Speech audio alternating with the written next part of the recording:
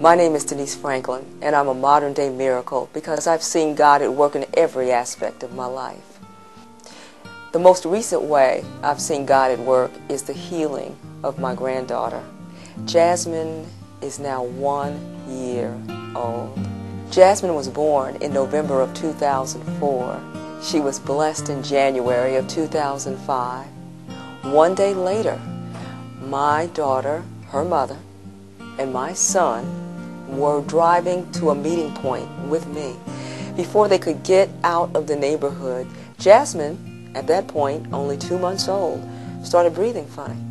My daughter looked back, her lips were blue. She asked my son to drive, who at that point was 15, but fortunately, thanks be to God, we'd been having him drive since he was 14, so this was no problem. He drove them back to the house. She called, actually, Michael called the paramedics, Michael, my son.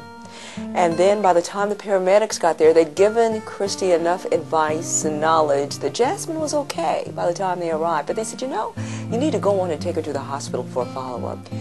When the cardiologist on duty, the pediatric cardiologist on duty, looked at Jasmine, her echocardiograms, and all of the other tests, they came to the conclusion that she had a birth defect. 1 in 300,000 children who are born have this birth defect, and she was one of them. And they only found it because she had this breathing thing. And the pediatric cardiologist said to my daughter, you know, I don't know what that breathing thing was. It really didn't have anything to do with her heart, but it got you here. So he said it was really, and we were still in the emergency room at this point, and I said, a blessing? And the doctor said, well, I was going to say fortuitous, but blessing will do. And that's exactly what we thought it was, and that's exactly what we know that it was. Remember, Jasmine just got blessed on Sunday. She started breathing funny on Monday.